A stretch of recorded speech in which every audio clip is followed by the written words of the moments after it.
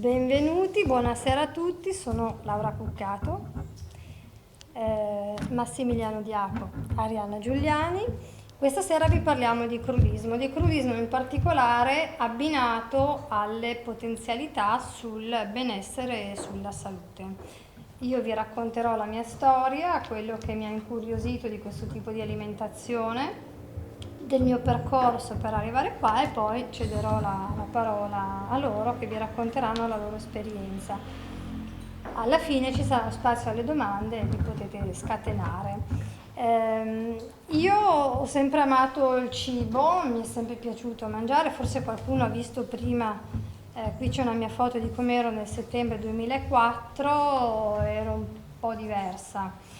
Ma a parte fisicamente avevo delle abitudini alimentari molto diverse che ho cambiato drasticamente con un digiuno. Ho pensato che dovevo proprio fare un reset del sistema, capivo che c'era qualcosa che non andava, qualcosa che non riuscivo più a equilibrare con il tipo di vita che facevo. Il digiuno mi ha aiutato tantissimo in questo. Il mio primo è stato di 7 giorni in cui mi sono alimentata solo di acqua e natura, ho spento il cellulare e ho cercato veramente di ritornare a un rapporto più naturale con tutto ciò che mi circondava, e ha funzionato, nel senso che io sono veramente cambiata moltissimo. Non solo fisicamente, perché ho perso tanti chili, ma anche proprio di testa, cioè mi è scattato quello che è la consapevolezza di tante cose, comunque che è ancora in evoluzione, non è che ho risolto tutto in quei 7 giorni, però certamente quei 7 giorni sono stati assolutamente significativi per dare una svolta positiva alla mia vita. Durante quei 7 giorni ho conosciuto l'igienismo e il crudismo e quindi ho iniziato a sperimentarlo. Infatti l'ho praticato per 2 anni. Sto parlando del 2005-2006. Sono stati 2 anni in cui ho praticamente perso tutti gli amici perché mi odiavano. Perché ovviamente insomma, avermi ospite a cena era un problema, venire a casa mia a cena era un problema. Un'amica è arrivata col pacchetto di pasta, Barilla, disperata, perché no, a casa tua si mangiano solo insalate. Però io sono andata avanti, durante quei 2 anni ho comunque fatto altri 4 digiuni.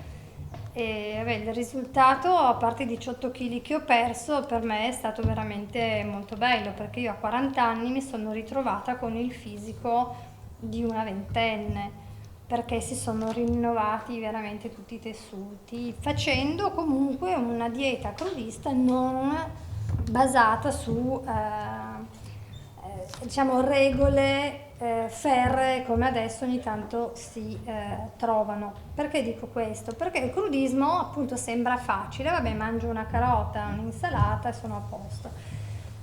Però poi in effetti nel crudismo si ritrovano tantissime regole, tantissimi divieti che a volte spaventano un pochino. Sono divieti che questa sera cercheremo magari di capire e di spiegare perché alcuni ingredienti crudi sì, altri ingredienti crudi no. Dipende comunque tantissimo dal nostro fisico, se siamo in ottima salute, in buona salute o in salute da migliorare. Crudismo in pratica vuol dire non cucinare, non trattare i cibi a temperature superiori ai 42 gradi. Per utilizzare queste temperature controllate si possono usare il sole, perché il sole infatti fino a quella temperatura non uccide nulla, oppure per esempio noi utilizziamo degli strumenti come l'essiccatore che possiamo usare a temperature controllate. Il crudismo appunto permette di soddisfare molte esigenze, perché ci sono i crudisti onnivori, crudisti vegetariani, i crudisti vegani, fino ad arrivare ai fruttariani. Non voglio parlare dei brettariani perché lì non ci vogliamo arrivare. E quindi anche tutte queste sfumature sono da considerare, da capire i perché di queste cose che possono sembrare estreme, anche se secondo me quando si guardano alcune ricette di cucina tradizionale, lì ci sono veramente dei grandi estremi, cioè ci sono dei piatti in cui ci sono 4 proteine insieme, una diversa dall'altra, con dei procedimenti di cottura incredibili, e quindi quello che arriva nel piatto sarà bellissimo, però non so cosa può essere ancora considerato come alimento per noi. 42 gradi è la temperatura da considerare oltre il quale muoiono tutti gli enzimi. Gli enzimi sono molto importanti per noi, per la nostra vita, perché li acquisiamo soprattutto dal cibo, e altrimenti dobbiamo usare le nostre riserve che dopo un po' si esauriscono. Ci sono tantissimi esperimenti di alimentazioni solo di persone che si sono nutrite per un periodo di tempo solo di cibi cotti e con esiti devastanti sulla salute. Ciò non significa che per tutti è uguale, perché ci sono persone che hanno sempre solo mangiato in un certo modo e hanno campato 100 anni, perché comunque ognuno di noi è diverso. Il crudismo non vuole cuocere niente, ma per esempio anche la cucina macrobiotica è una cucina che ha tantissimi, diciamo, seguaci e trovano anche loro il loro equilibrio. Io credo che ognuno di noi abbia la propria strada e sia più adatto a un tipo di alimentazione piuttosto che un'altra. Anche perché l'alimentazione appunto nella nostra vita non è tutto. Io posso essere una persona estremamente felice che mangia malissimo e però sto benissimo. Sono una persona estremamente triste che mangia benissimo e il risultato sulla salute può essere devastante. Proprio prima hanno accennato al pH, poi loro approfondiranno questo aspetto. Ci sono persone che magari mangiando benissimo continuano ad avere un pH sballato, mentre altre persone che pur mangiando molto male riescono a mantenere, visto che sono comunque felici, che apprezzano tutto quello che le succede nella vita, e comunque riescono a mantenere i livelli di acidità del corpo assolutamente equilibrati. Io non... Allora, per chi non c'era, all'aperitivo posso dire questo, che molto spesso quando si parla di cambio di alimentazione, intanto cambiare fa sempre paura. Cioè qualsiasi cambiamento nella nostra vita ci fa sempre paura, ed è il motivo per cui io lavoro con Lucia Giovannini, proprio perché lei insegna molto queste cose, come affrontare il cambiamento. Molto spesso, adesso non so se si vede, quando uno pensa adesso iniziamo a mangiare crudista, pensa che mangerà così, la carotina e la fogliolina di insalata. Non è così. Questa sera io vi ho dimostrato che non era così. Non è così. E appunto con un pochino di volontà di imparare tecniche di preparazione, imparare a conoscere ingredienti, o semplicemente magari trattare in modo diverso gli ingredienti che già conosciamo, perché l'aperitivo di questa sera era tutto con ingredienti raccolti ieri nel campo di un'azienda agricola della zona. E quindi bisogna semplicemente davvero provare a cambiare abitudini. Per cambiare queste abitudini magari usiamo anche strumenti che non siamo abituati ad avere in casa. A parte un frullatore, che questo forse più o meno ce l'hanno tutti, magari utilizziamo anche appunto l'essiccatore oppure un estrattore di succhi per ottenere dalla frutta e dalla verdura i succhi. Io lascerei la parola. Devo dire qualcos'altro? Non lo so. A posto? Per iniziare va bene per iniziare. Bene, io sono Massimiliano, non so chi di voi ha visto il servizio delle Iene, tutti l'hanno visto, quindi okay. Praticamente tutti. Chi non l'ha visto? Beh, dai, qualcuno Vabbè, che adesso non lo l'ha... trasmettiamo, dura Chi non- un'ora, spegnete le luci. Chi non l'ha visto, ok, sono in pochi. Comunque, essenzialmente, circa 6 mesi fa, se non ricordo bene, però marzo, è uscito un servizio sulle Iene sulla storia di mio padre. Mio papà, per farvela breve, aveva un tumore metastatico cerebrale, aveva un trascorso comunque di un primario fatto a un polmone nel 2003 e poi all'altro polmone nel 2011. Ha fatto l'iter, della medicina convenzionale fino all'ultimo tumore. All'ultimo tumore, un po' demoralizzato, un po' di quello che era successo precedentemente, ha deciso di percorrere una strada alternativa. Ovviamente l'ha deciso lui, come secondo un po' anche l'esperienza che mi sono fatto attraverso la documentazione che ho trovato su internet, perché quando poi è successa questa cosa qua, io ero onnivoro, quindi non conoscevo né Laura, non conoscevo la cucina crudista né tantomeno quella vegana. Non sapevo, quando ho letto vegano ho pensato, non sapevo neanche cosa fosse, ho detto chissà che cos'è questa cosa qui. Quindi ho incominciato a leggere, a studiare, sono finito dentro in diversi documentari, tra cui non so quanti di voi hanno visto Un delicato equilibrio e Delicate Balance. Nessuno? Ok, chi non lo ha visto sarebbe buono che lo vedesse. È un video dove parla anche Colin Campbell. Chi ha letto The China Study? Ok, The China Study, bene.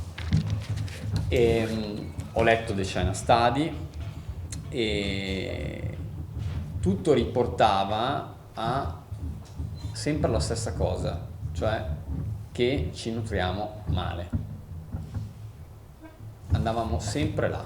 Ecco, io sono informatico, sono una persona che solitamente cerca di incrociare i dati, perché un'informazione trovata su internet non basta dire questo è vero, bisogna trovare n informazioni e vedere se effettivamente chi dice una cosa poi si incrocia con l'altra e poi alla fine a livello vibrazionale quello che sentite dentro, quello che vi risuona forse è la verità, perché ognuno dice la sua, però effettivamente se cominciamo a pensare a come mangiamo rispetto a tutti gli altri animali che sono sulla terra, sicuramente noi mangiamo in modo completamente diverso, facciamo le cose in modo completamente diverso, sempre di più distaccati dalla natura, e questo ci porta sicuramente verso qualcosa che poi richiama verso una malattia o verso un malessere, e quindi bisogna tornare indietro alle origini. Ecco, quello che ho scoperto è tornare indietro alle origini.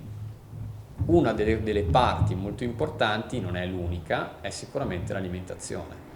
Contatto con la natura, pensiero positivo, il non stare con delle persone che sicuramente sono attorno e magari sono negative, tutte queste cose qua. Allora quando poi dovevo però trasmettere queste cose a mio padre, lì è stato un pochino più complesso, perché mio padre ha 65 anni, una calabrese, quindi nduja, salame piccante, soppressata, formaggi, cioè tutto quello che ci sta correndo. Incomincio io a fare un cambio su me stesso, perché dico, se cambio io forse lui incomincia a capire le cose, allora divento io prima di tutto vegano, incomincio a capire però che vegano, cioè vegano è vegano, perché anche lì bisogna stare attenti, perché Le patatine fritte sono vegane? esatto, le patatine fritte sono vegane,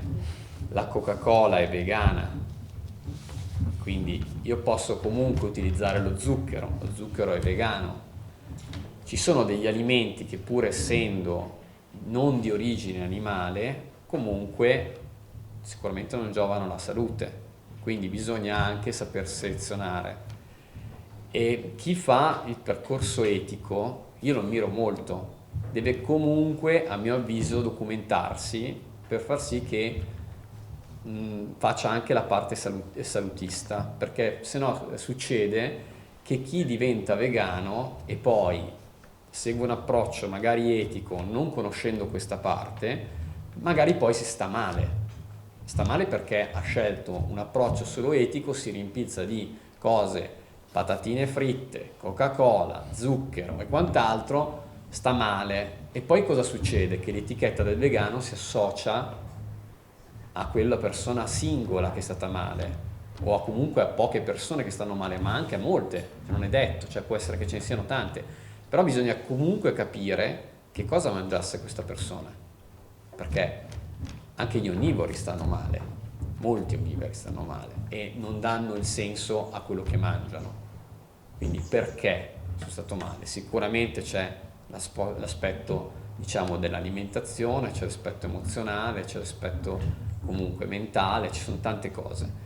Allora ho cercato di fare questa cosa con mio padre, di fargli vedere le cose, perché tanto comunque se io gli dicevo papà, domani iniziamo e mangiamo vegano,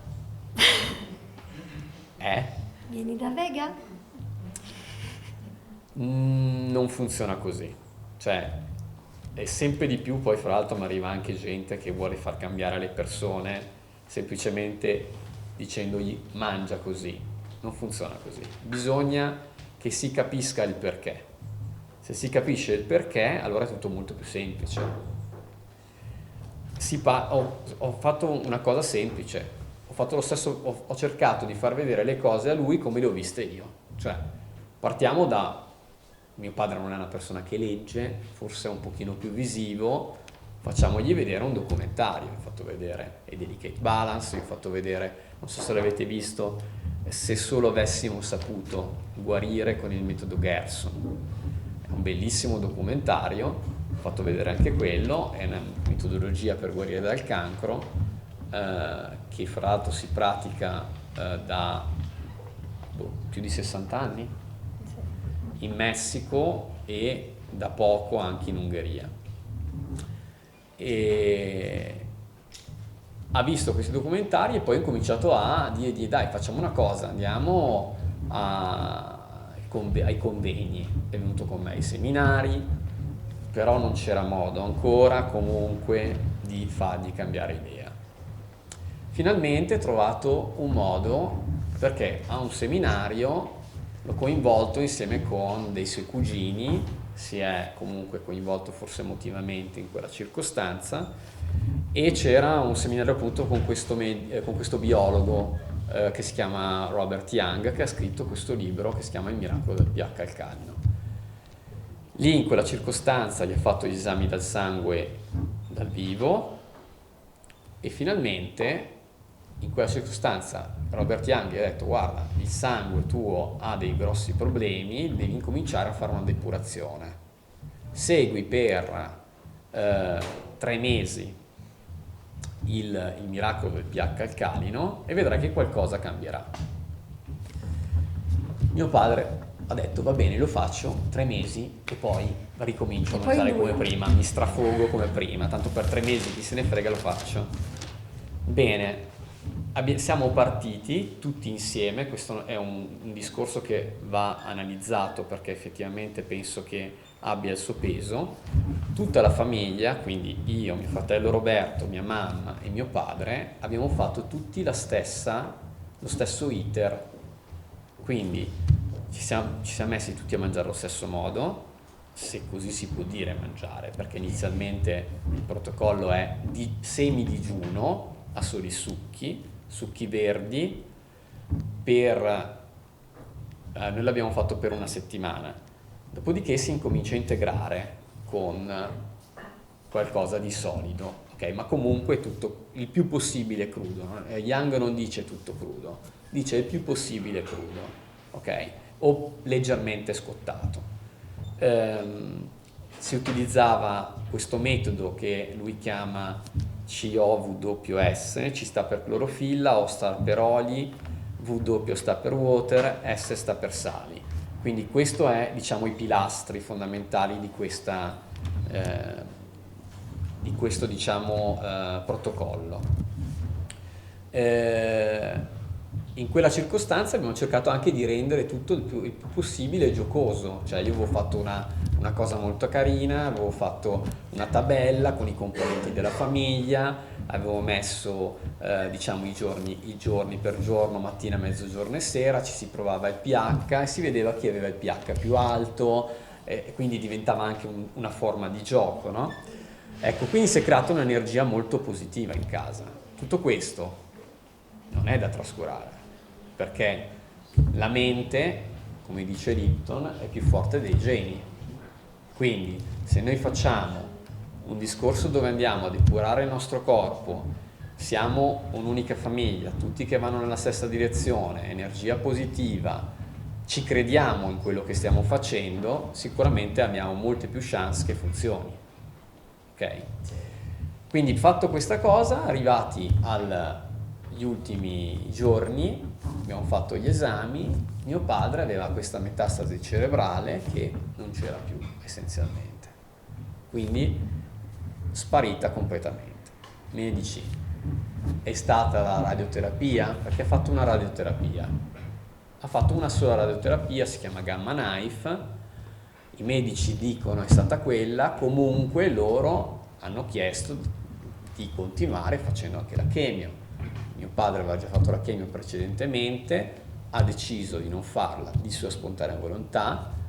Noi non diciamo che non va fatta la chemio, diciamo semplicemente che ognuno deve essere informato su quello che c'è in giro e ognuno di sua spontanea volontà, come preferisce, come sente, deve scegliere. Io perché scelgo? Scelgo perché ho delle informazioni, se non le ho non posso scegliere. L'unica informazione che c'è in giro ufficiale è quella della medicina convenzionale. È giusto che noi ci informiamo e a quel punto, in base a quello che riteniamo più corretto per noi stessi, andiamo in quella direzione. Questo è quello che abbiamo fatto noi, ha funzionato con noi, funziona con tante altre persone.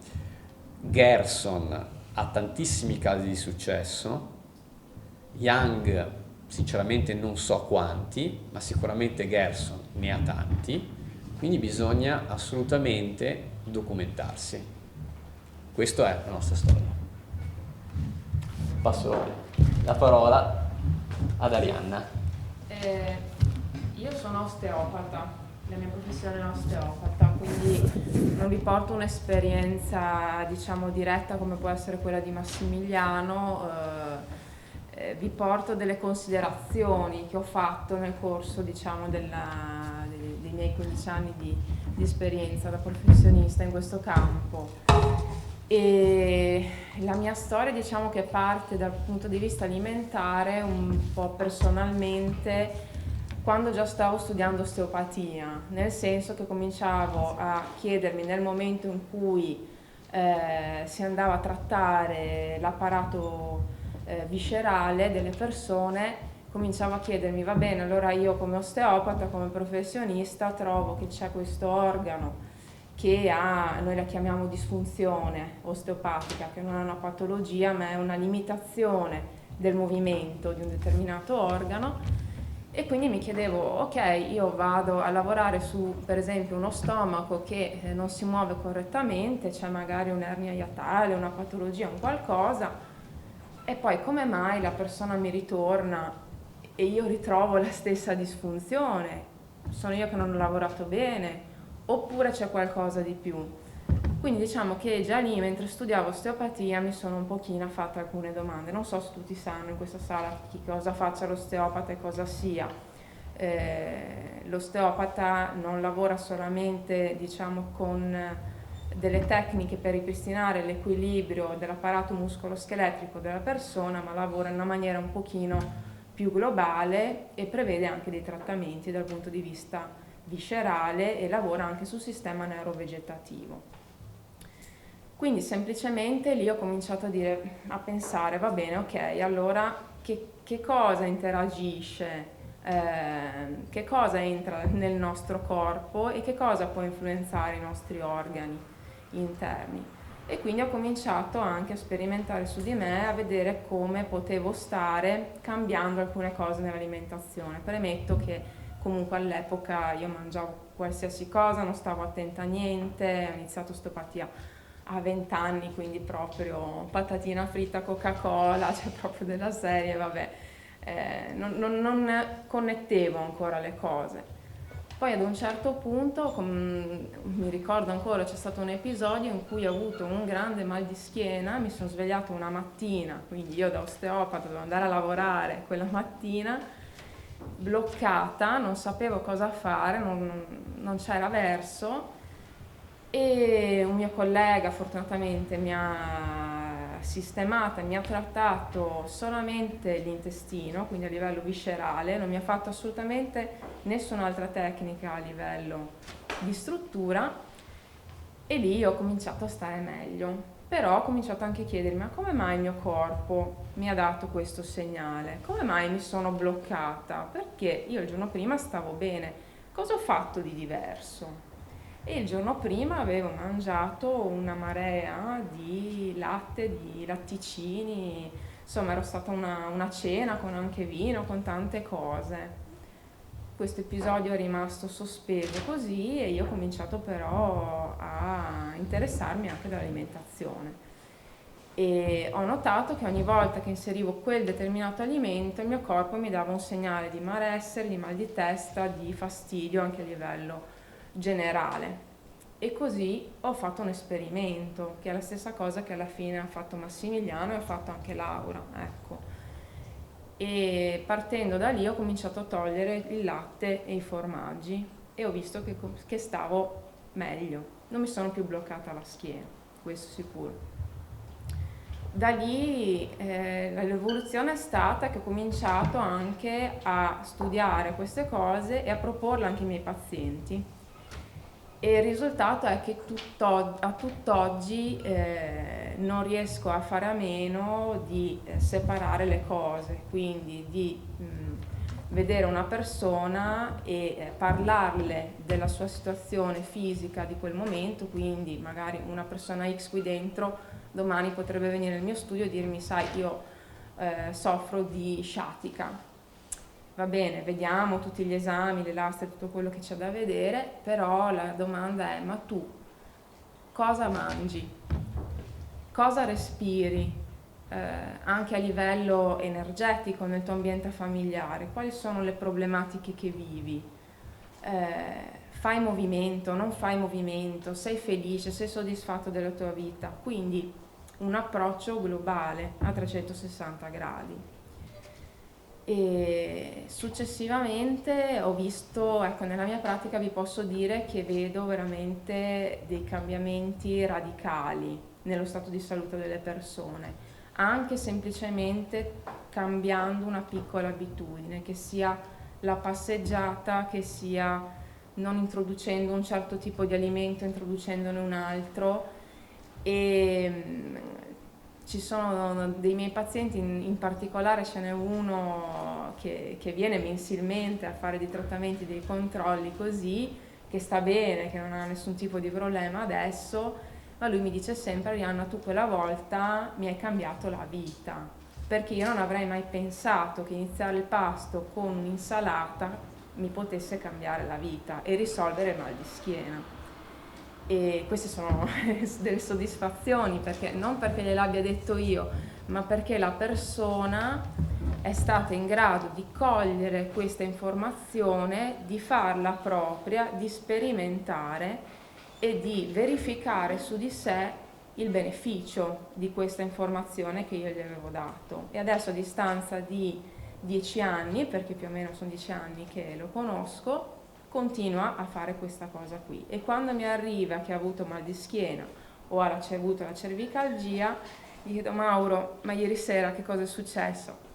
Sai, ho sgarrato un pochino, ho esagerato, ma lo so, adesso mi rimetto in carreggiata. E da solo lui fa tutto, Quindi dice va bene, mi rimetto a fare stretching, riprendo a bere un pochino di più e questa è la mia esperienza, questo è quello che ho visto che per molte persone funziona su di me, funziona anche sugli altri, quindi partire da un'informazione, farla propria, sperimentare e poi se funziona divulgarla anche ad altre persone, questo è un po' il senso e questa è un po' la mia esperienza, insomma. Bene, grazie. A voi. Avete già delle domande o le faccio io? Nel senso che soprattutto Massimiliano ha detto delle cose che non so per quanti di voi sono comuni. Per esempio lui, vabbè, le citazioni dei filmati che ha fatto ve le manderemo tutte, quindi queste ve le mando. Però per esempio lui parlando di questo libro che ha aiutato suo padre a migliorare notevolmente il suo stato di salute, ha parlato di pH. Tutti voi sapete cosa significa lavorare sul pH, aumentare l'alcalinità del corpo, processo di acidità del corpo? Ne parliamo un attimo, vuoi spiegarcelo Sì. tu? Allora, essenzialmente io, ripeto, non sono medico, quello che vi dico è per quello che ho preso come informazioni. Siamo sempre, il nostro corpo cerca sempre di rimanere in equilibrio, ok? E uno di questi equilibri è l'equilibrio interno del pH. Il nostro sangue deve rimanere a un pH di 7,365. Lievi modifiche di questo pH possono portare, sia se sono verso l'alcalosi piuttosto che verso l'acidosi, possono portare alla morte.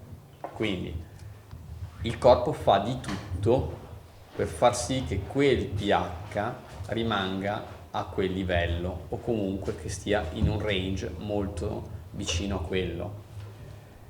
Fa di tutto vuol dire anche cercando magari di sottrarre o di far lavorare le difese immunitarie in modo improprio.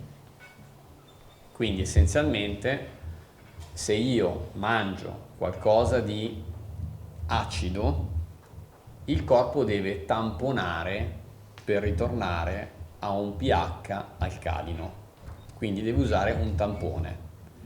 Allora, se io mangio troppo acido durante la mia vita, durante il giorno, continuerò sempre a utilizzare comunque i sistemi tampone. I sistemi tampone possono essere appunto dati dalla respirazione, quindi da una corretta respirazione, dal fatto comunque di avere anche reni, giusto? Reni e c'era il fegato. Comunque i sistemi tampone utilizzano questi. Essenzialmente, se evitassimo di mangiare troppo acido, noi sicuramente faremmo lavorare molto meno questi apparati, primo. Secondo, non avremmo delle problematiche del tipo, se vado verso l'acidosi e non ho sistemi tampone tipo i sali minerali, perché un'altra cosa che serve per tamponare sono i sali minerali, quindi i sali minerali alcalini sono il sodio, il calcio, il potassio e il magnesio.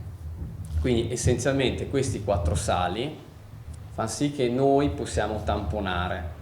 Una dei sali, diciamo dei sali minerali presenti nel nostro corpo maggiormente, ad esempio, è il calcio nelle ossa. Quindi se io mangio troppo acido, vado a togliere il calcio dalle ossa. Questa è una delle cose che può capitare. Ecco l'osteoporosi. Il latte vaccino è molto acido, quindi per andare a tamponare quel tipo di acidosi, il corpo deve andare a prelevare dalle ossa il calcio per poter poi riequilibrare il pH. Questa è una delle cose. Allora, se si è continuamente in acidosi, Si è scoperto che i batteri, i virus e qualsiasi altra cosa che comunque degeneri verso un'acidosi prolifera, cioè i batteri e i virus proliferano in quel tipo di campo. Ok? Se torniamo verso diciamo un equilibrio corretto, quindi verso il 7.365, i batteri, le muffe, i funghi, qualsiasi altra cosa che teoricamente è in equilibrio con il nostro corpo, non è che non ci sono, noi dobbiamo continuare, abbiamo un equilibrio con queste cose, ma quando questo equilibrio viene a mancare, allora succede questa cosa qua, che prevalgono i batteri, prevale la malattia, prevale quello che non vorremmo che vada verso quella. Ok, più o meno non so se è chiaro, perché è un argomento abbastanza complesso. Io l'ho spiegato più o meno in poche parole, però questo è, non so se tu puoi aggiungere qualcosa in più. Sì, mi veniva da dire che comunque sull'articolo di cui vi parlavo prima sul blog spiega un pochino più nel dettaglio, però fondamentalmente quello che ha detto Massimiliano è un po' il riassunto di quello che succede, perché noi comunque abbiamo delle riserve normalmente di minerali, di magnesio, di potassio, di sodio, di calcio e quant'altro, e non solo nelle ossa ma anche per esempio nell'apparato muscolare. Ci sono comunque anche riserve di zuccheri anche a livello epatico.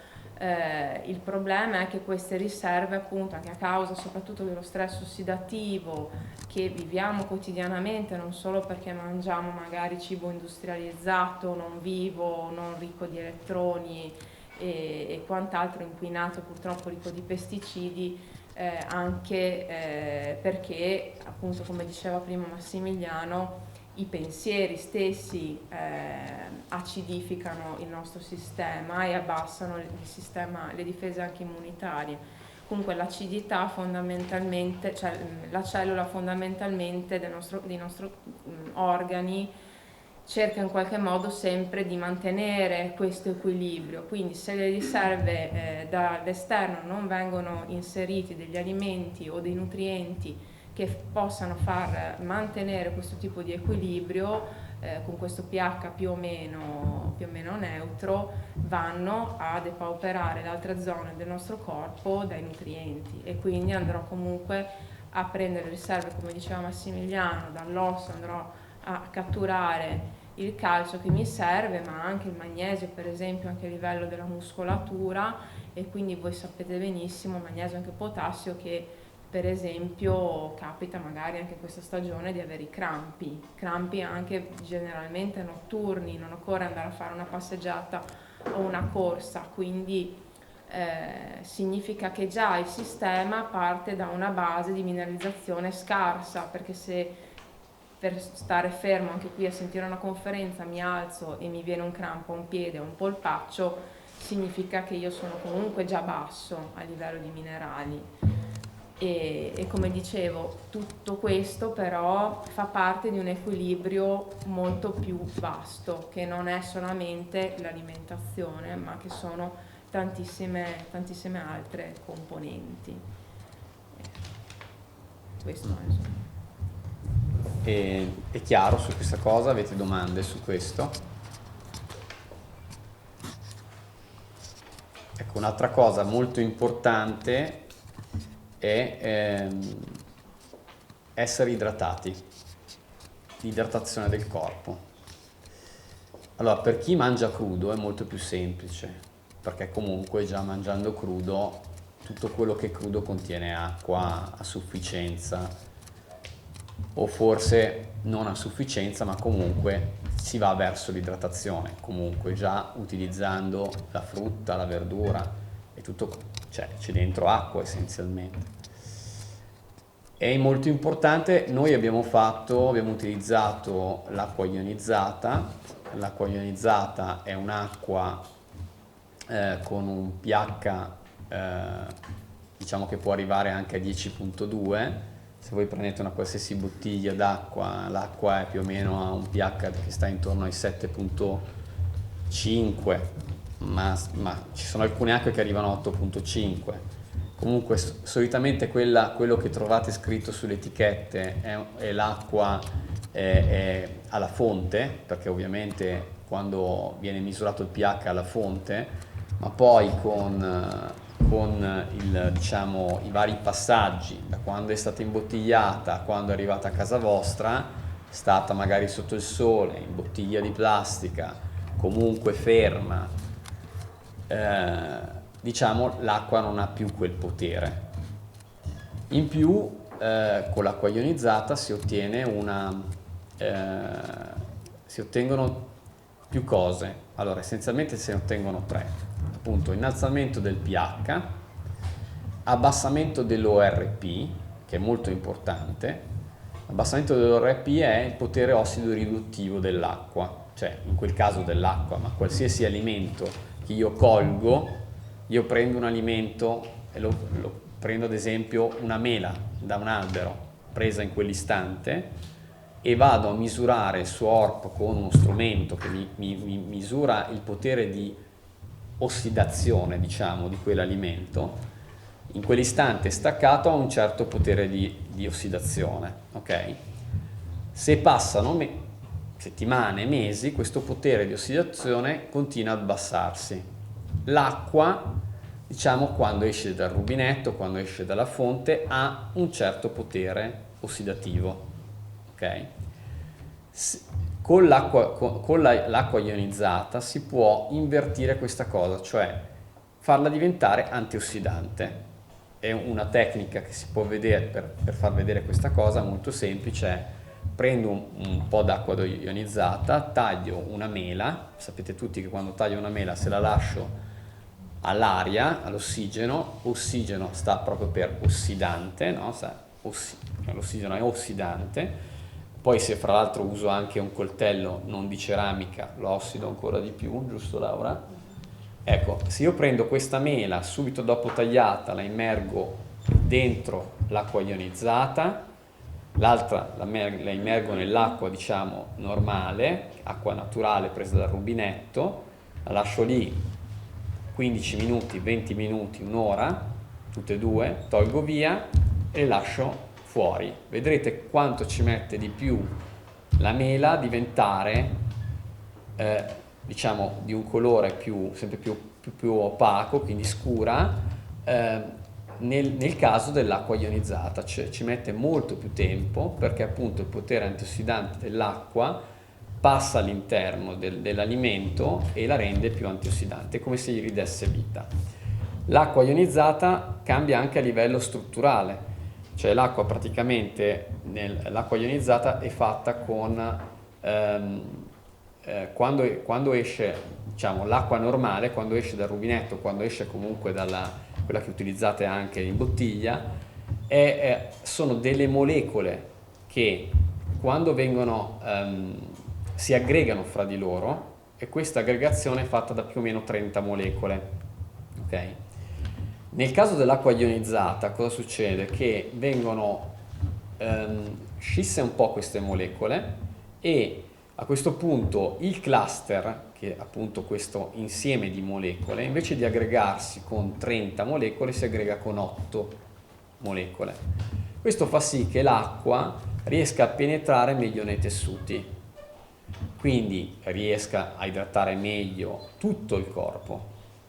Infatti chi beve acqua ionizzata, una delle prime cose che nota è proprio che incomincia a depurarsi molto più velocemente, cioè bevo acqua e vado comunque in bagno molto più velocemente, perché entra ed esce, entra ed esce. Questo è quello che capita, e l'ha provato anche Laura, penso che sia andata in bagno non so quante volte quel giorno lì.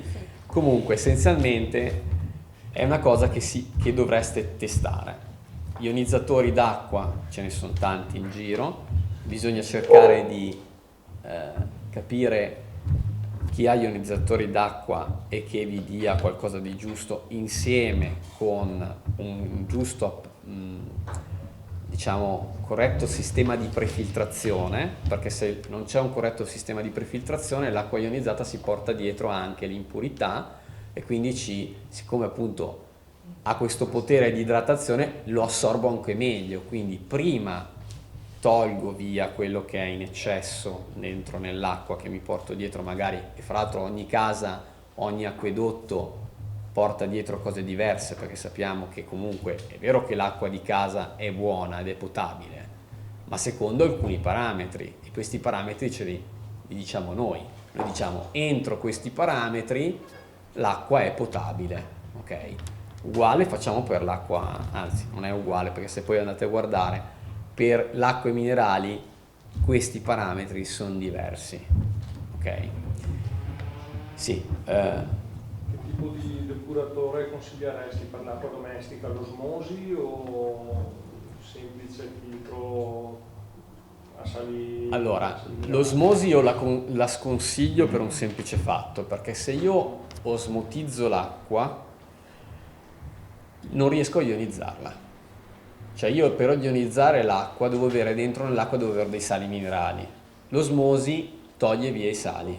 Quindi a parte che sconsiglio comunque di bere acqua osmotizzata, a meno che non sia opportunamente tarata, affinché quando esce dal rubinetto non è completamente osmotizzata. Solitamente l'osmosi toglie via tutto e poi c'è un qualcosa che rimineralizza. Allora mi chiedo, è corretto togliere via tutto per poi rimineralizzare con comunque qualcosa di chimico, perché ovviamente ci devo mettere dentro calcio, sali minerali e quant'altro che ripassano e comunque che vada a rimineralizzare. Allora, se è completamente tolta è come se io mi bevessi acqua distillata, cioè quella che voi bevete, cioè quella che voi usate per il ferro da stiro, quindi non va bene, essenzialmente perché non mi disseta, non integro sali minerali.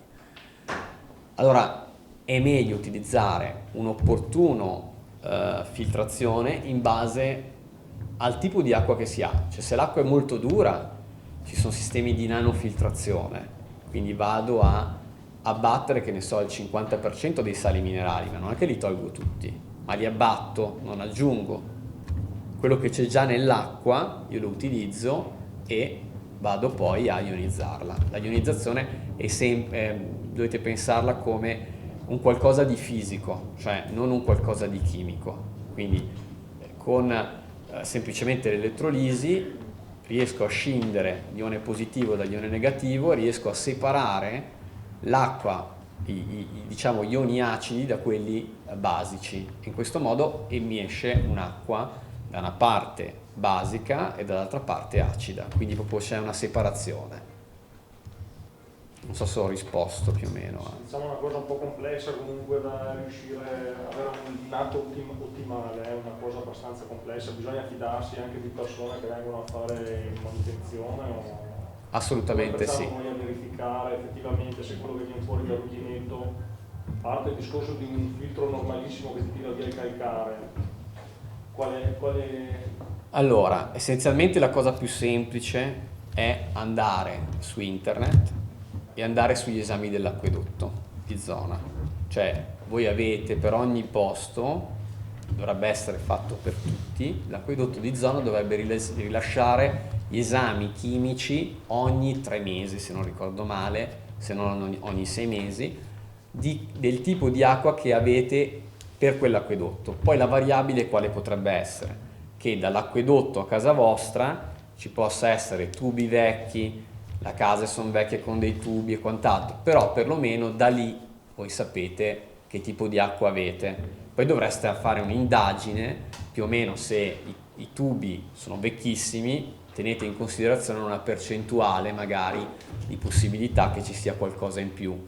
Allora a quel punto parametrizzate i filtri un pochino più elevati rispetto a quello che vi dà l'acquedotto. Chi fa gli esami dell'acquedotto quello li fa bene, cioè ovviamente se magari può capitare anche che ci sia un errore, però se io ho tutto l'anno quei valori comunque oscillano lì, difficile che ci sia un errore. Questi si trovano pubblici su internet, quindi potete andare su internet e trovarvi che acqua bevo. Se scrivete su su Google che acqua bevo, voi trovate gli esami del vostro acquedotto. Perfetto, grazie. Qualcos'altro su questo? Qualche altra domanda? Ma per ionizzarla poi c'è un apparecchio che ionizza l'acqua. Sì. Quindi una volta che noi abbiamo imparato l'acqua a una filtrazione ottimale, bisogna poi avere un apparecchio che la ionizza. Assolutamente sì. Sono in vendita in combinazione con la Allora, sono in vendita da sole, sono in vendita dove si trovano. Allora, solitamente chi vende gli ionizzatori non si occupa anche della parte filtraggio, ma c'è anche chi vende gli ionizzatori e si occupa anche della parte filtro, come dovrebbe essere, perché se io dico a una persona, cioè sto facendo un'attività alla fine di consulenza, no? Sto dicendo, se bevi quest'acqua ti fa bene. Attenzione, se bevi quell'acqua con quella roba che c'hai dietro non ti fa bene, perché aumenti le proprietà dell'acqua in fattore negativo invece che in fattore positivo, quindi è importante filtrarla. Quindi filtro l'acqua e allora bisogna sicuramente cercare qualcuno che lo faccia in modo adeguato, quindi che si occupi sia della filtrazione, che dia le linee guida giuste anche per la manutenzione dell'apparecchiatura. Spesso e volentieri si tende a vendere lo ionizzatore non dando i lati negativi dello ionizzatore, cioè quello che non ci piace dello ionizzatore, cioè la manutenzione. Noi dobbiamo mantenerlo perché è un po' come il ferro da stiro utilizzato con un'acqua sbagliata, dopo un po' ci si ottura, magari tutto il ferro da stiro pieno di calcare e non fa più quello che deve fare.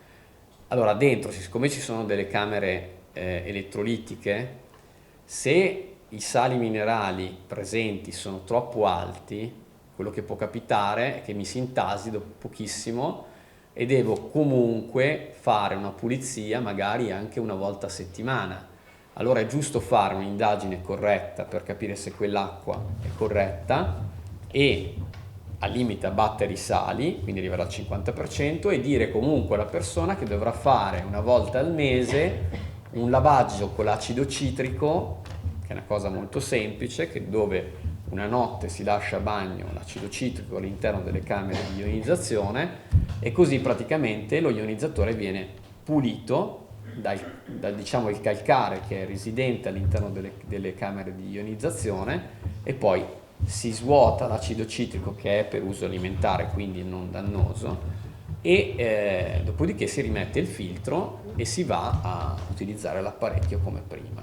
Quindi è molto importante dire i pro e i contro affinché la persona sappia come lavorare con lo ionizzatore, perché mi è capitato di gente che usa lo ionizzatore e dallo ionizzatore esce acqua neutra o l'ORP non è negativo. Quindi un'altra cosa che io consiglio a chi volesse prendersi uno ionizzatore è di prendersi un pH-metro, che è un termometro che va diciamo a vedere che tipo di pH c'è nell'acqua, e un ORP meter se possibile.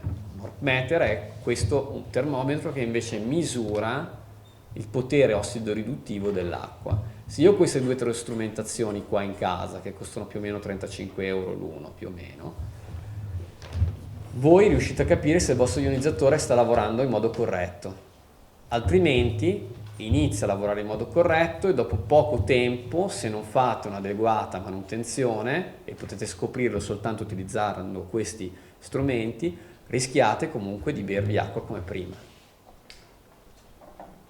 Sono Ok? apparecchiature che sono casalinghe, nel senso che si possono applicare al rubinetto della cucina per dire sotto, sono piccole, oppure è un impianto? Allora, è un impianto che a meno che non si vada verso la nanofiltrazione, che necessita comunque di un tank, che è un boccione abbastanza grosso che crea pressione, è una cosa particolare solo per chi ha parecchi sali minerali e quindi ha bisogno, non sali minerali, parecchio calcare o comunque sali minerali, o comunque ha bisogno di abbattere il 50% dei sali, ha bisogno di utilizzare questo tank. Nella stragrande maggioranza dei casi questa cosa non capita, avete bisogno di un sistema di prefiltrazione abbastanza semplice che si mette solitamente sotto lavello, e invece diciamo, gli ionizzatori esistono sia da sottolavello che da sopralavello. Quello da sopralavello, a mio parere, è più comodo, meno bello da vedersi. Quindi lato positivo e lato negativo. Più comodo perché se devo poi fare una pulizia è lì. Se devo fare una pulizia invece sotto è un problema, no? Sotto il lavello devo staccare, devo fare, cioè è molto più complicato. Quindi lo metto sopra al lavandino, ci sono 2 gancetti, si stacca, 3 secondi e si apre, si mette dentro l'acido citrico e si fa. E ovviamente il contro è che avete una macchinetta che ha più o meno questa dimensione, così, e che ovviamente sta sopra lavello, mentre se l'avete sotto lavello avete soltanto un rubinetto, quindi è molto più semplice da... ok? I costi di impianto si girano... I costi sono variabili, specialmente io vi dico controllate bene come sono fatte le piastre.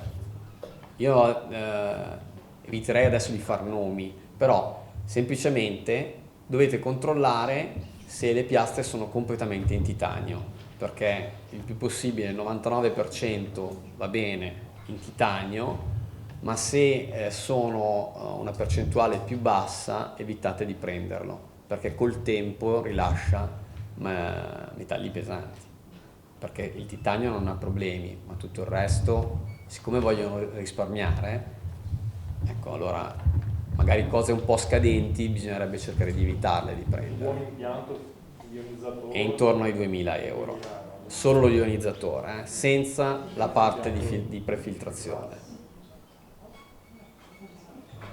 Più o meno è quello. Poi voi prima avete visto su Alimentiamo la Salute, avevamo detto che vi avevamo dato un blog, Alimentiamo la Salute. Se in particolare volete vedere quale tipo di prodotto abbiamo utilizzato noi, potete andare sul blog e vedere il prodotto che abbiamo utilizzato noi. Ok? Tornando all'alimentazione, Ecco, visto che l'acqua l'abbiamo affrontata l'abbiamo bene. approfondita, volevo darvi qualche consiglio pratico. Cioè domani mattina cosa dovete fare? Vabbè, cerchiamo di capirlo. Allora, intanto considerate il fatto che appunto... cominciare le sofferenze, giusto cominciare, vero? Cominciamole. Farmi del male, avanti. Allora, io mi diverto sempre a citare una frase di Lucia Giovannini di cui ho già parlato prima, che cambiamo il mondo un pasto alla volta, ma cambiamo anche noi un pasto alla volta. E proprio un passo alla volta, nel senso che non è che da domani mattina dovete diventarmi tutti crudisti, vegani, integralisti e farvi odiare dai vostri amici. Io l'ho fatto. Vabbè, tu sei un caso a parte, io anche l'ho fatto, però magari loro non vogliono farlo. Quindi iniziate magari, come diceva Arianna, solo a aggiungere più frutta e verdura nella vostra alimentazione nei momenti giusti. Quindi Scorsa o senza scorsa? dipende da dove è raccolta. E quindi magari iniziare i pasti con delle insalate, mangiare più frutta nei momenti giusti della giornata, per esempio al mattino e non dopo un pasto. Provate a essere magari crudisti un giorno alla settimana, non dovete diventare crudisti da subito. Anche le percentuali di cibi alcalinizzanti rispetto a quelli acidi, anche consigliati nei libri di non sono al 100%, concedetevi un 30% di acidità, perché se poi diventa anche troppo castrante l'alimentazione non è vincente assolutamente.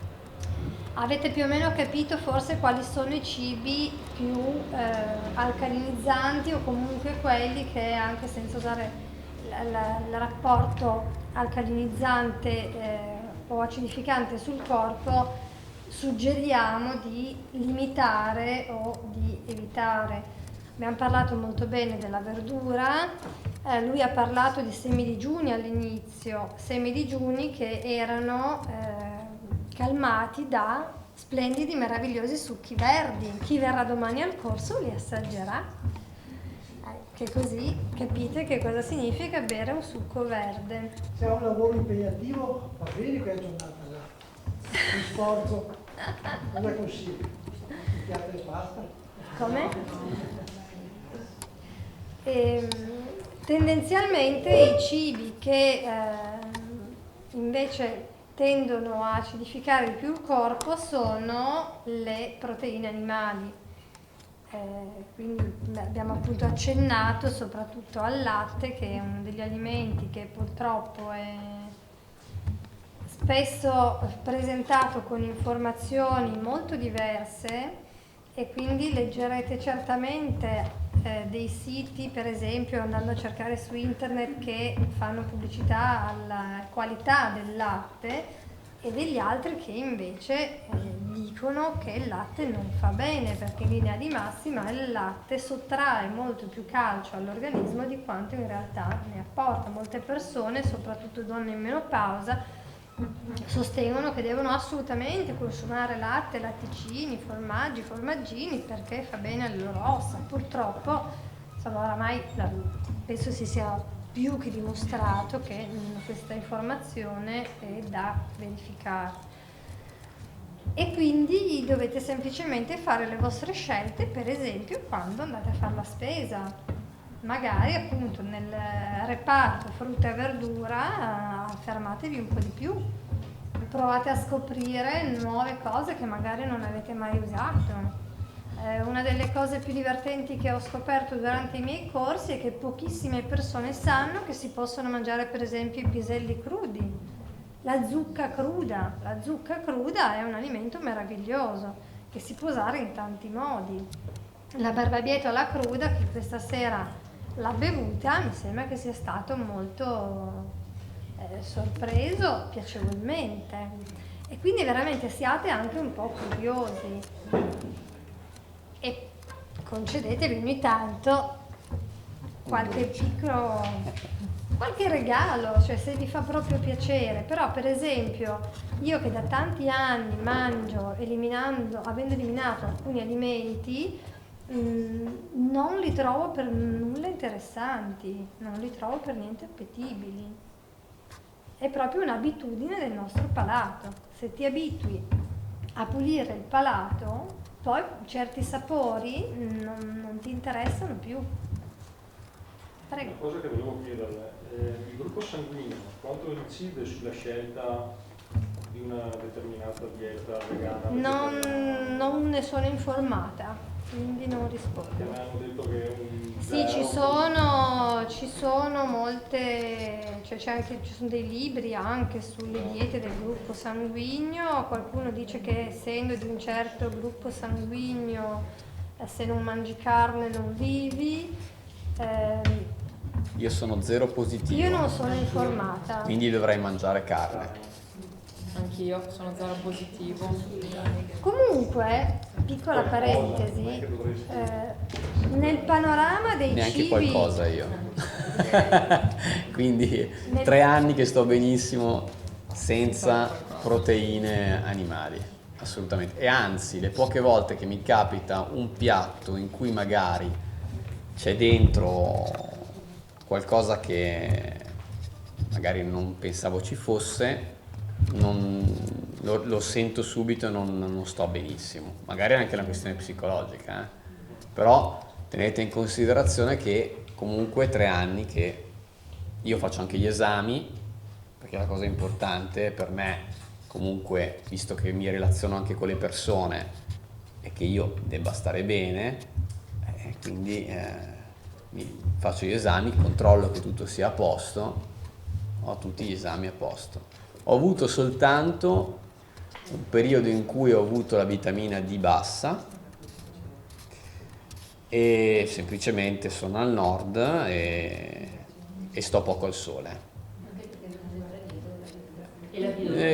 Può centrare perché comunque esiste vitamina D2 e vitamina D3, la vitamina D2 è di origine vegetale, la vitamina D3 è di origine animale, ma comunque si capita spesso che anche gli onnivori si ritrovino comunque con una bassa quantità di vitamina D. Poi sappiamo che se la vitamina D insieme col calcio non lavora bene poi anche sulle ossa, poi lei penso ci può raccontare qualcosa di più, però comunque è importante sicuramente stare al sole essenzialmente, quindi la cosa importante è anche questa, cioè camminare, stare al sole, magari tirarsi su anche un po' e non stare sempre coperti d'inverno, basta anche mezz'ora al giorno, ma questo va fatto, perché sennò ovviamente una carenza potremmo averla. Anche la vitamina D, no? La vitamina B12, la vitamina B12 è allora, io dico alla gente di seguire comunque quello che dicono i medici che seguono la parte vegana, cioè quindi prendersi una pillolina, chiamiamola così, di vitamina B12 a settimana, tanto comunque se mangiamo la carne essenzialmente d'allevamento, voi sapete da dove arriva la vitamina B12, chi lo sa da dove arriva la vitamina B12? Sono in pochi, comunque essenzialmente sta nel terreno, viene fatta da dei batteri, prodotta da dei batteri. Siccome noi comunque quando mangiamo la roba è stralavata,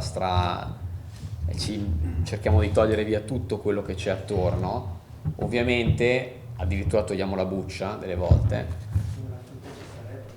nella frutta ci sarebbe, cioè se noi la mangiassimo anche un po' sporca, perché tanto i batteri non ci fanno male se siamo in equilibrio, ok? C'è stato un episodio divertente, no? Di un mio amico che aveva visto la mela, ho preso la mela e non l'ho lavata. Lui mi ha detto: ma ti stai mangiando la mela non lavata? Ma guardato così, e io la settimana prima io avevo visto che lui si baciava col suo cane e io gli ho detto: ma secondo te aveva più batteri il tuo cane o la mia mela? Ma ha guardato così e ha detto: ah, continua a mangiare la tua mela così. Cioè, ha capito che effettivamente la mela, anche ovviamente una mela biologica sarebbe meglio, visto che la mela biologica, anzi meglio ancora se sappiamo che è nostra la mela e la cogliamo già che è matura in quell'istante. Comunque, in ogni caso, quello che succede con gli animali è che l'animale la prende dal terreno e quindi è nella carne, ma siccome gli animali d'allevamento non vanno al pascolo, non la prendono dal terreno, gli viene integrata con un'integrazione come faremmo noi una volta a settimana con una piccola compressina. Poi, mia scelta, io non la prendo, ma questa è una mia scelta, ma perché io cerco di mangiare in un certo modo, prendo le cose in un certo modo, vado a monitorarla, vedo se effettivamente si abbassa, non mi si sta abbassando, quindi non la prendo. Questa è una mia scelta. Alla gente dico comunque prendetela, se volete provate a vedere nel tempo se scende, tanto comunque avete una riserva che dura anni, quindi se fate ogni 6 mesi o ogni anno la B12 vi accorgete se sta scendendo o se rimane uguale. Fa bisogno minimo di B12. Fa bisogno minimo. Io ho sentito anche che noi se fossimo mangiassimo, rispettassimo proprio la nostra alimentazione, la dovremmo autoprodurre. Sì, si autoproduce dai batteri intestinali. Viene sintetizzata dalla frutta e dalla verdura dai nostri batteri. Assolutamente sì. La flora eubiotica. per cui Ovviamente non esiste. avendo comunque una flora corretta, giusta, funzionante. Quindi è importante questa cosa. Scusate, e per quanto riguarda la pasta, che sono... Non ho sentito. Pasta. Allora, Stasera abbiamo mangiato degli spaghetti fantastici. abbiamo mangiato degli spaghetti buonissimi di Zucchina. zucchina. Allora, la pasta. Allora, innanzitutto, adesso stiamo parlando di crudismo, ok? Però tutte le sfaccettature che portano verso un'alimentazione più sana vanno bene, ok? Quindi, se la gente non può far meno della pasta, bene, inizia a mangiare pasta integrale. Magari, se possibile, pasta integrale biologica. Se possibile, cercando di variare il più possibile sui cereali. Quindi, qualche volta magari può essere di farro, qualche volta può essere di grano, qualche volta può essere ci sono delle paste anche fatte col miglio, quinoa, cercando di variare il più possibile e non rimanere sempre sulla stessa cosa. Se noi mangiamo sempre la stessa cosa, intossichiamo l'organismo, perché mangiamo sempre la stessa cosa. Anche le stagioni sono fatte apposta per evitare che noi ci imbattiamo sempre nella stessa cosa, nello stesso alimento, perché se quell'alimento c'è per quella stagionalità, è fatto perché si mangi in quella stagionalità e poi per un tempo preciso ci si debba depurare da quell'alimento.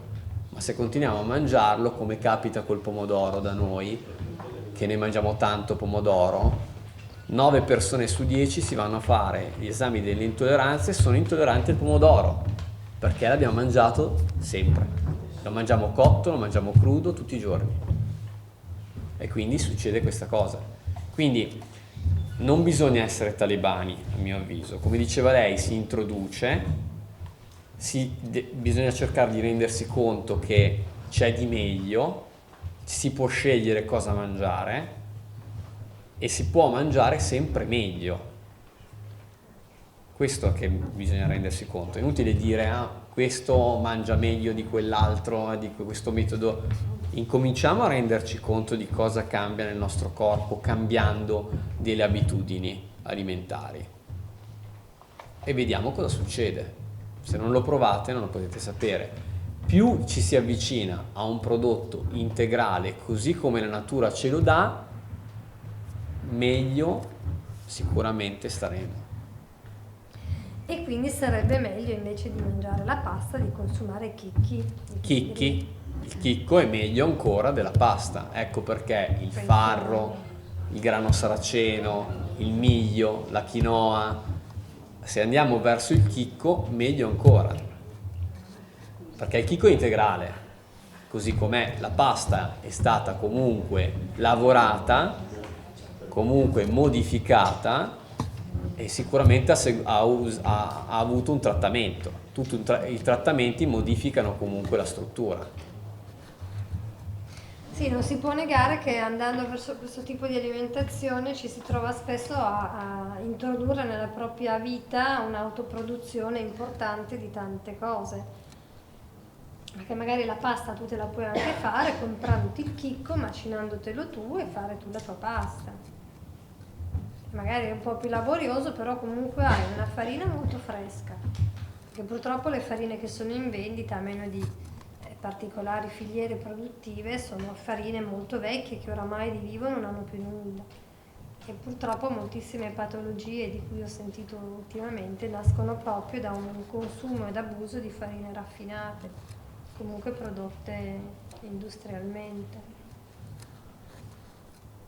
Mi spiace darvi questa notizia. Noi siamo grandi mangiatori di pasta. È proprio così, e questa è la difficoltà. Volevo dire, che rapporto ha il vegano sulla stitichezza? Il rapporto del vegano sulla stitichezza?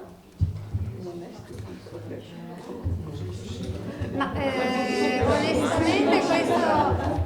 Allora, ogni cambio di alimentazione certamente si fa sentire dal corpo su tutti i fronti.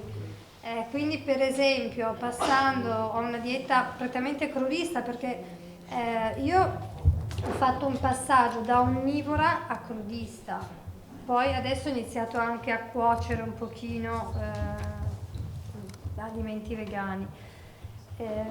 il corpo si deve abituare a questo tipo di alimentazione e quindi magari nel passaggio ci possono essere episodi o di stitichezza o di non stitichezza, però molti corpi non sentono questo L'ho trovato molto disequilibrio. positivo invece io. La tossicità della carne mi creava sempre di grossi fastidi. Eliminando la pasta, la carne, il latte, il discorrendo, perfetto. Io spesso faccio soggiorni crudisti e durante queste settimane sempre mi vengono riportate queste cose, cioè persone che da anni hanno problemi di stitichezza che dopo 3 giorni di crudismo non credono ai loro episodi. Assolutamente sì. Beh, Si rivitalizza tutto. direi che già il fatto che si mangi integrale alla fine aiuta tantissimo, perché cosa succede? La gente mangia raffinato, quindi anche la pasta paradossalmente raffinata, e poi si va magari dal medico e il medico gli dice di prendersi delle fibre, della crusca. Allora dico, ma scusa, non è meglio che la crusca ci sia già nella pasta o comunque nel chicco? Evito di fare un'integrazione con la crusca dopo. Cioè, se quell'alimento contiene quella cosa, ci sarà una motivazione, perché andiamo a toglierla per renderla più buona, a parte che più buona non è, semplicemente una questione di abitudine. Tutto quello che noi siamo a livello di alimentazione è un'abitudine alimentare comunque che ci portiamo dietro dalla nascita. Cioè, se noi fossimo vissuti in Giappone o in Cina non mangeremmo così, mangiamo perché ci hanno insegnato a mangiare così. Quindi giustamente più noi cerchiamo di metterci in discussione su quello che effettivamente ci hanno insegnato, più possiamo crescere, perché la crescita è anche provare cose nuove. Allora provate a cambiare anche piccole cose e vedrete cosa cambia su di voi. Un'altra domanda, una indirizzata più a lei e una in generale. L'uso di sale integrale e zucchero integrale può aiutare il nostro benessere o meno? E dopo c'è un problema di abbinamento degli alimenti anche dal punto di vista vegano, crudista? Sta chiedendo? Sì, Chi risponde? questo penso che sia più indirizzato a lei. Vabbè, allora rispondo io, visto che sono la prima in ordine. Allora, uno dei padri del crudismo è Herbert Shelton, che è un medico americano che ha scritto tantissimi libri anche sul digiuno, e ne ha scritto uno in particolare sulle combinazioni alimentari. Combinazioni alimentari che prevedono, per esempio, il consumo di frutta appunto lontano da qualsiasi tipo di pasto, la non combinazione di frutta dolce con frutta acida, adesso faccio brevemente, e un'altra cosa che dice di non consumare proteine con amidi e di non mescolare tra di loro le proteine, questo proprio per sintetizzare al massimo. Però moltissimi crudisti sostengono che mangiando tutto crudo non è necessario seguire le combinazioni alimentari. Fruttariani, crudisti, igienisti, ne ho conosciuti tanti e ho scoperto che in realtà tutti, pur partendo magari da questo libro di Shelton, hanno poi iniziato a sperimentare sul loro organismo come reagivano a determinate combinazioni alimentari. Per esempio, l'arancia, che è un frutto acido, la banana è un frutto dolce, combinati insieme diventano per esempio un frullato squisito che può non dar fastidio, ma se voi li mangiate separatamente a breve distanza vi danno fastidio, soprattutto se mangiate magari prima l'arancia acida e dopo ci mangiate quella dolce. Se mangiate prima la dolce e dopo quella acida dà meno fastidio, ma se fate il contrario vi può dar fastidio. Per cui è vero che sembra semplice mangiare crudo, ma dovete veramente un pochino sperimentare il vostro corpo e vedere come reagisce all'introduzione di questi nuovi alimenti, ma soprattutto all'abbondanza di questi alimenti, perché se voi volete sperimentare una giornata di crudismo, un periodo di crudismo, comunque non è che dovete mangiarmi 200 calorie al giorno, perché tendenzialmente voi alla quinta mela siete sazi, ma avete mangiato troppo poco e quindi inizia un deperimento, una stanchezza che vi fa subito abbandonare questo tipo di strada, perché dice ma non sto in piedi, come faccio? Dovete riuscire a raggiungere comunque il fabbisogno calorico giornaliero per permettervi di continuare le vostre attività normali, a meno che non abbiate un'esigenza specifica magari di perdere di peso, e allora questo è un altro discorso. Però per quello io suggerisco di iniziare in modo graduale, aggiungendo alla vostra attuale alimentazione qualcosa di più crudo. Magari appunto stando un pochino attenti, come anche diceva prima Massimiliano, a come risponde il vostro corpo. Poi una cosa che dovete tenere in considerazione è che la risposta del vostro corpo potrebbe essere differente nel contesto in cui vi trovate in quell'istante e magari più avanti cambiare, perché in realtà quando si fa un cambiamento, adesso se si introduce un alimento come dice Laura così è una cosa, quando invece si fa come abbiamo fatto noi, che abbiamo fatto un detox, quindi un disintossicamento, una settimana praticamente di solo di semi-digiuno a succhi, e poi l'introduzione di pochi alimenti, uno alla volta, per capire che cosa succedesse, vengono fuori delle cose che una persona potrebbe riconoscere come non sto bene, forse è sbagliato, ma in realtà quello potrebbe essere un meccanismo del detox, cioè quindi butto fuori delle tossine, magari mi escono fuori delle piccole macchie sulla pelle perché sto buttando fuori, mi viene fuori qualche cosa, magari sento freddo, più freddo del normale, cioè mal di testa, cioè sono sintomi del detox. Se io, siccome ho cambiato, incomincio a pensare, ho fatto un cambiamento e quel cambiamento mi ha portato a questa cosa e quindi devo tornare indietro, è sbagliato. Cioè bisogna cercare di capire che se poi volete disintossicarvi, questa è un'altra cosa, dovete affrontare, diciamo, anche questa parte qua, quindi sapere che comunque avrete un po' una crisi, no? La crisi da astinenza da quell'alimento, da quelle cose che conoscevate. Questo vi fa capire, è una cosa semplice da capire col caffè. Se state qualche giorno senza caffè vi viene mal di testa, e viene mal di testa, e devo prendermi il caffè. Allora, cioè, se voi resistete a lungo, dopo un po' mal di testa va via e non avete più bisogno di quell'alimento. Questo vi fa capire che siamo assuefatti da quell'alimento a tal punto che vi sentite un bisogno e che lui comanda l'impulso per andare verso quell'alimento. Già aumentato il costo è meglio. Non ho capito. Già aumentato il caffè, dunque è meglio così. Si risparmia. Si risparmia, sì. Comunque l'introduzione di sale grezzo e zucchero grezzo è Questo magari si può rispondere.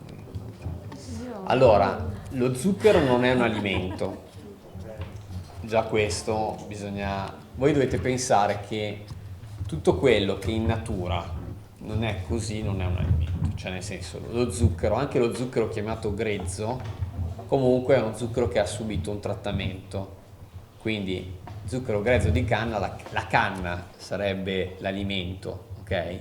Quindi tutto quello che viene trattato, poi se volete vedervi come viene trattato, vi verrà poi poca voglia di prendervi lo zucchero, perché viene sbiancato anche con l'ammoniaca, vengono fatti dei trattamenti che non sono sicuramente salubri. E per il sale, allora, anche sul sale bisogna ovviamente, come con tutti gli alimenti, cercare di non abbondare e cercare di utilizzare sali integrali.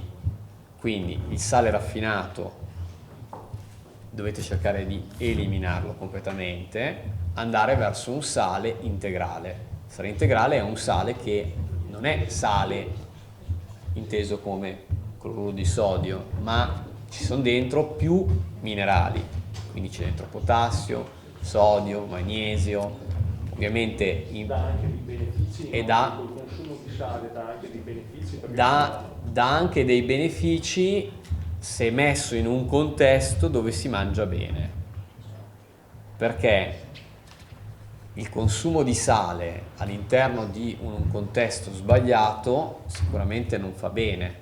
È tutta una questione anche di come si mangia quello che si fa, perché se ad esempio io voglio utilizzare anche il sale come un integratore, faccio un esempio, se io devo fare magari un digiuno per tanti giorni, può anche darsi che una persona magari nel periodo estivo fa caldo, butto fuori comunque sudore, non introduco e quindi ho comunque mancanza di sali minerali, posso usare il sale come un integratore di sale minerale in un certo qual senso, ma posso usare anche il limone, cioè se io mi sprego un limone dentro nell'acqua, dentro al limone ci sono sali minerali e non pochi, tutti alcalini, quindi si può scegliere un po'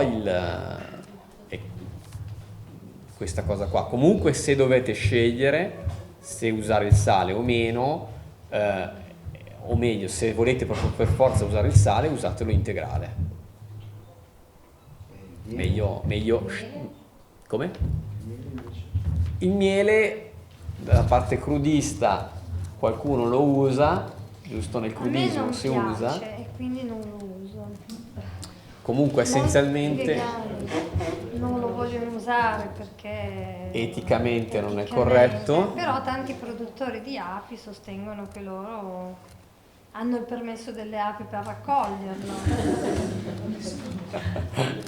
Comunque la corrente di pensiero qua dipende molto da quello che sentite a livello vibrazionale per voi, perché essenzialmente il miele è comunque un prodotto che arriva dai fiori, sicuramente vegetale e quant'altro, però sappiamo che comunque, come ha detto Riefoli, diciamo come ha detto Riefoli, il rigurgito delle api non è proprio carino come idea, no? Comunque Si mangia la trippa. comunque sappiamo in ogni caso che il miele alza drasticamente il picco glicemico, quindi sicuramente non è un alimento che proprio è il massimo, visto che alza drasticamente il picco glicemico. A noi ci serve degli alimenti che non alzano drasticamente il picco glicemico, ma un qualcosa che lo alza lentamente. La stevia non è un dolcificante, ma non alza il picco glicemico. La stevia può andare bene. Se sopporti il sapore. E attenzione, anche sulla stevia provatela cruda e provatela essiccata, è completamente diverso. Sì, non liofilizzata, non è la stevia che si compra bianca. Non quella bianca. Non quella bianca. Domani al corso ci sarà quella verde. Ecco. La foglia tritata. Esatto. Quindi, ma anche provarla essiccata e provarla così com'è, la foglia, è completamente diverso. A me piace molto, molto di più la parte, diciamo, cruda, così com'è, estratta. Ma anche proprio sentire, ha un retrogusto di liquirizia, non a tutti piace. A Laura non piace per niente. No. Volevo chiedere, in gravidanza per la crescita dei bambini, insomma se va bene il crudismo, E se c'è un rischio maggiore di toxo e di salmonella, insomma delle cose crude? Cioè, mi dispiace chiedere questa Ma cosa. no, vabbè, è un po' un pallino che... allora seguivo una dieta crudista e di fatto al 4º mese di gravidanza l'ho interrotta perché non avevo nessuno che mi potesse seguire in modo sereno e quindi insomma mi sono lasciata coinvolgere dalla via tradizionale e quindi ho ridotto, cioè comunque sono passata da un'alimentazione totalmente crudista a una non più crudista in modo totale. Problemi di toxo, mangiando vegano cioè, non c'è rischio. Molte donne in gravidanza hanno il terrore di mangiare gli alimenti crudi perché non sono ben lavati. Diciamo che se nella vita non è mai successo qualcosa, perché deve succedere proprio in quei 9 mesi. Io l'ho sempre pensata così, se dovevo andare a mangiare magari in un ristorante mi sono limitata a non cambiare ristoranti, ma continuare ad andare dove andavo, quindi le norme che normalmente loro adottavano probabilmente erano adatte a non avere rischi. Controindicazioni no, se sei sicuro di quello che fai, appunto io non ce l'ho fatta a mantenere, però certamente altre persone l'hanno fatto e non si sono verificati problemi di nessun tipo. Certo bisogna essere molto determinati e bisogna avere un supporto di tutto il contorno perché insomma durante la gravidanza in qualche modo Qua potremmo parlare, se ci fosse qua Proietti, Pediatra. è un pediatra molto bravo che per i neonati quello che gli serve solamente è il latte materno. Ovviamente se non c'è bisogna cercare di capire cosa si può dare al neonato, però il latte, l'unico alimento corretto per il neonato è il latte materno. Altri si chiama neonato ed è lattante perché deve bere il latte della sua stessa specie, cioè non di un'altra specie. E con i bambini lui ha fatto un grandissimo lavoro. Io non sto qui a raccontarvi, guardate, ci sono alcuni video di Proietti su internet dove lui spiega che con i bambini si lavora molto bene. Ovviamente la parte più complicata con i bambini è il contesto nel quale poi si ritrovano quando poi vanno a scuola, no? Quindi lì è un po' difficile. Infatti quasi tutte le mamme che diciamo vogliono preservare questa cosa magari rinunciano al fatto che il bambino vada, se possono ovviamente, a mangiare lì e li portano a casa e mangiano con i genitori, oppure si avvicinano a una scuola che più o meno ha una corrente di pensiero diciamo simile, tipo le scuole staneriane, vanno verso quella direzione ma non sono neanche loro vegani, però possono comunque dare, cioè se gli si dice che il bambino deve mangiare in questo modo, comunque già loro utilizzano un'alimentazione biologica, vegetariana, difficilmente mangiano la carne, adesso non so bene quali sono le direttive di quelle delle scuole staneriane, però comunque sono molto attenti anche al discorso alimentazione.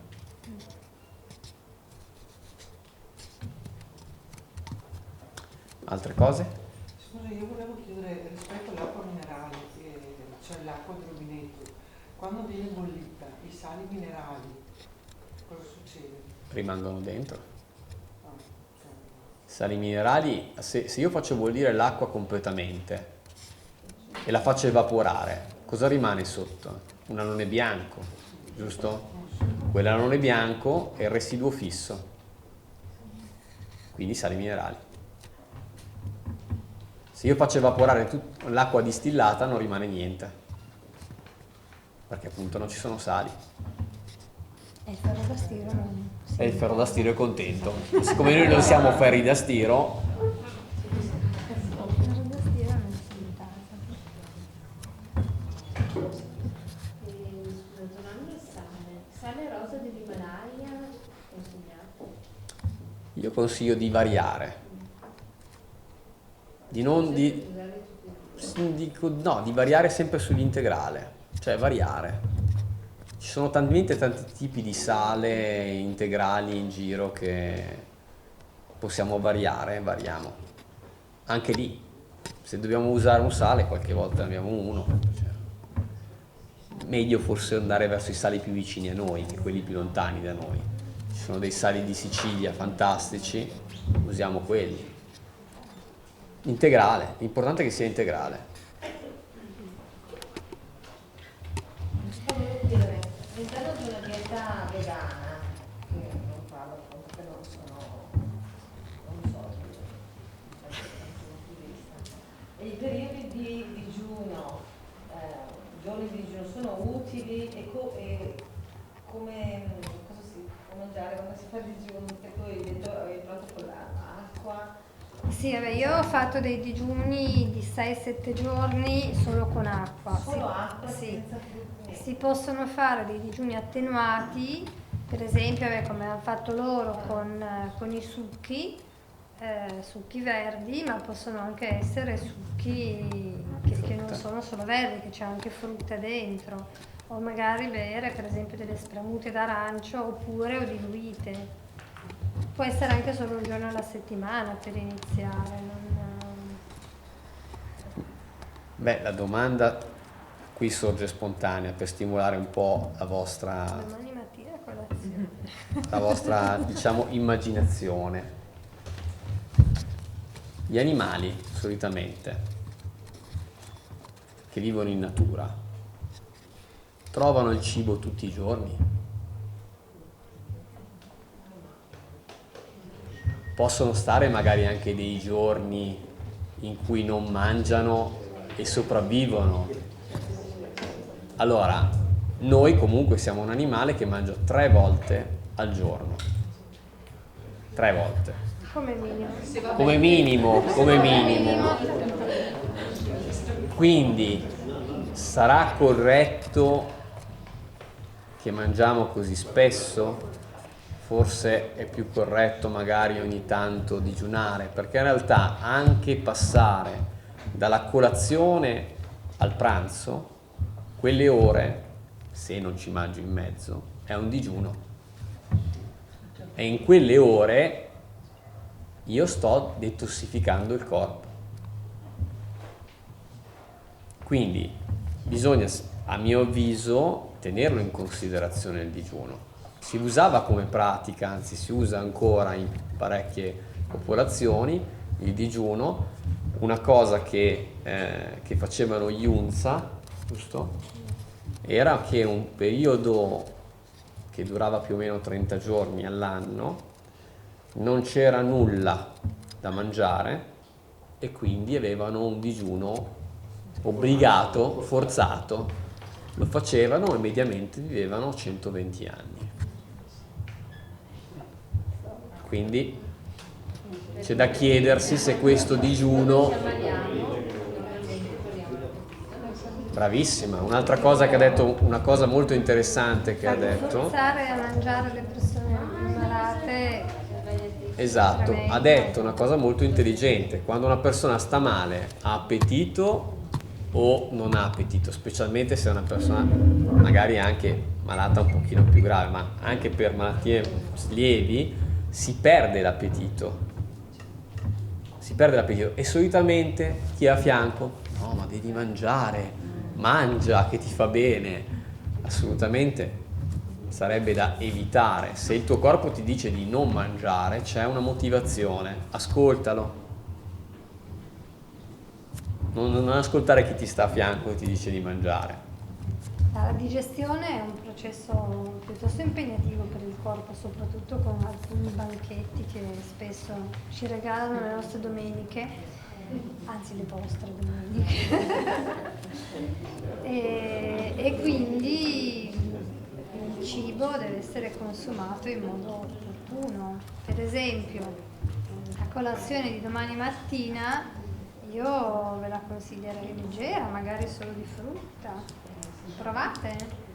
Il gioco della settimana sarà che la domenica mattina fate colazione solo con la frutta, niente cappuccino, niente latte, niente caffè, niente brioche, non so. Ho provato a dire caffè latte, pane marmellata, non so, non conosco queste pratiche. Per chiedere una cosa relativamente a come poi voi siete arrivati o comunque come poi è cambiata la vostra organizzazione del tempo, della vita all'interno ovviamente delle abitudini alimentari ma anche poi quotidiane, ovvero noi diciamo abbiamo iniziato un paio di anni fa e un po' alla volta per gradi siamo diventati vegani. Adesso tutti in famiglia, compreso il nostro figlio che a scuola chiamano Soglia. Ma è un soprannome simpatico, va bene. Carino, Soglia. Bene, ok. Beh, vabbè, insomma, ha 14 anni, lui comunque sempre, già da piccolo, se gli si metteva vicino la carne e la verdura, partiva dalla verdura, quindi non è stato complicato. Io ero un gran carnivoro. Farò parlare con tuo figlio. E abbiamo dovuto rivedere completamente la nostra organizzazione familiare per preparare, lavoriamo, quindi ovviamente, per preparare in maniera diciamo adeguata i nostri pranzi, poi pranziamo anche fuori, quindi ci portiamo via da mangiare, eccetera, eccetera. Okay. Passiamo il tempo a cucinare, non siamo crudisti, o comunque a prepararci da mangiare. Abbiamo inserito la verdura con l'antipasto, mangiamo molta frutta, quindi diciamo che abbiamo fatto dei passi in avanti in questa direzione. Però comunque è diciamo impegnativo. Abbiamo preso l'estrattore, lo utilizziamo, ogni volta ci impiego un'ora, quindi devo preparare la verdura, lavarla, estrarre, sciacquare, eccetera, eccetera. Quindi normalmente certe cose le facciamo di domenica perché durante la settimana non ce la facciamo. Quindi la domanda è un consiglio pratico, magari semplice, funzionale, per poter ottimizzare le volte i tempi. Certo che mi dice mangio crudo, non devo cucinare, ci vuole meno tempo. Ok, però magari devo anche... Siamo onesti. Ok, però magari devo preparare la verdura, devo andare a comprarla, procurarmela fresca magari, eccetera. Quindi che strategie adottate voi? Molto semplici, banali e pratiche. Per esempio io soprattutto d'inverno, perché il mio frigorifero ha una capienza limitata, quindi non è che d'estate posso riempirlo, d'inverno io compro molta frutta e verdura a cassetta. Quindi la riesco a conservare facilmente, ce l'ho per tutta la settimana. Sto parlando per esempio di 10-15 kg di arance a settimana, che è la media che si consumano in casa nostra. Al mattino è vero che l'estrattore è complicato da pulire, però poi ci sono anche un po' di strategie, magari le fai passare un po' d'acqua dentro e quindi fai più in fretta. Tante le spremute, lo spremiagrumi tendenzialmente si pulisce più facilmente. I frullati, il frullatore si pulisce molto più facilmente di un estrattore. E quindi questo più o meno è quello che capita in casa nostra. C'è sempre tantissima frutta, quindi si sgranocchia magari anche nelle pause tra un pasto e l'altro. Si inizia praticamente sempre, a volte anche il pasto è solo un'insalata molto ricca, quindi di tante cose. E però alla fine sì, adesso io ho detto non è vero, allora è vero che si deve autoprodurre tutto facendo cucina crudista, soprattutto cucina vegana, no, qualcosa si trova di già pronto, quindi anche cose veloci, soluzioni veloci si trovano. Però è anche vero che poi chi è abituato normalmente a preparare qualcosa di veloce trova il modo di farlo anche in modo crudista. Cioè un piatto di spaghetti crudisti ci vanno veramente 5 minuti a prepararlo. Ci va di meno di una pasta tradizionale. Io ho fatto un evento con delle food blogger in un ristorante ed è stato molto divertente perché tutte avevano preparato magari anche cose semplici, ma loro avevano sempre la cottura e quindi io con il mio piattino di spaghetti crudisti ho frullato la salsa, ho fatto gli spaghetti, in 10 minuti il pranzo era pronto. Non bisogna mangiare tutti i giorni lo spaghetto di zucchine al pesto come abbiamo mangiato stasera. Può essere uno spaghetto di una altro ortaggio, domani lo mangeremo di barbabietola per esempio, può essere di zucca, e comunque anche se la forma è sempre la stessa cambia e ti dà la sensazione di pasta.